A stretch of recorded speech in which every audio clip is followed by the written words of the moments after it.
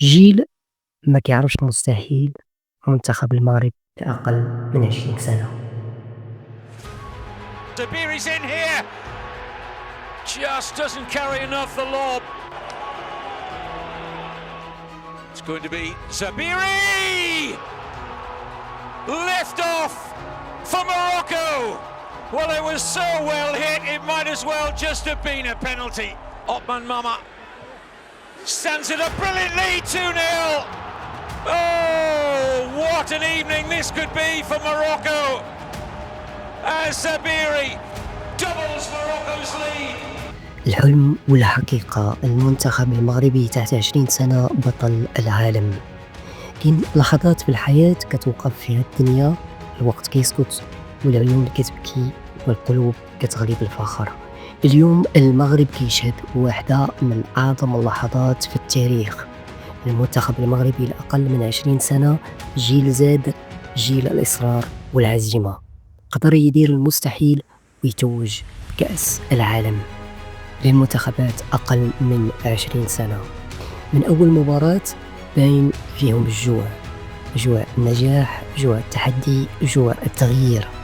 واجهوا إسبانيا، البرازيل، كوريا الجنوبية، أمريكا وفرنسا، وفي النهائي واجهوا الأرجنتين، المدرسة الكروية اللي تربى فيها كبار العالم. لكن ولاد المغرب ما خافوش، دخلوا المقابلة بعزيمة الرجال وبقلب الأسود. ماشي حكاية حظ، هاد الحكاية ديال التعب، ديال التضحية، ديال الحلم كيتبنى خطوة خطوة. كل تمريرة كانت رسالة، وكل هدف كان صرخة: حنا ماشي صغار، حنا جيل المستقبل. هذا المنتخب عطانا درس في الإصرار، وبرهن أن النجاح ما كيجيش بالظروف، كيجي بالإرادة. صوت الجماهير كان كيهز الملعب، والأعين كلها كانت كتسول: واش فعلا نقدروا نحلموا ونحققوا الحلم؟ الجواب جاء من الملعب: نعم قدرنا. والمغرب بطل العالم بأقدام شباب داو الحلم من الأكاديميات الكبيرة ومن الأكاديميات المحلية، أكاديمية محمد السادس، لكن بالإيمان بالنية وبالعمل داروا التاريخ.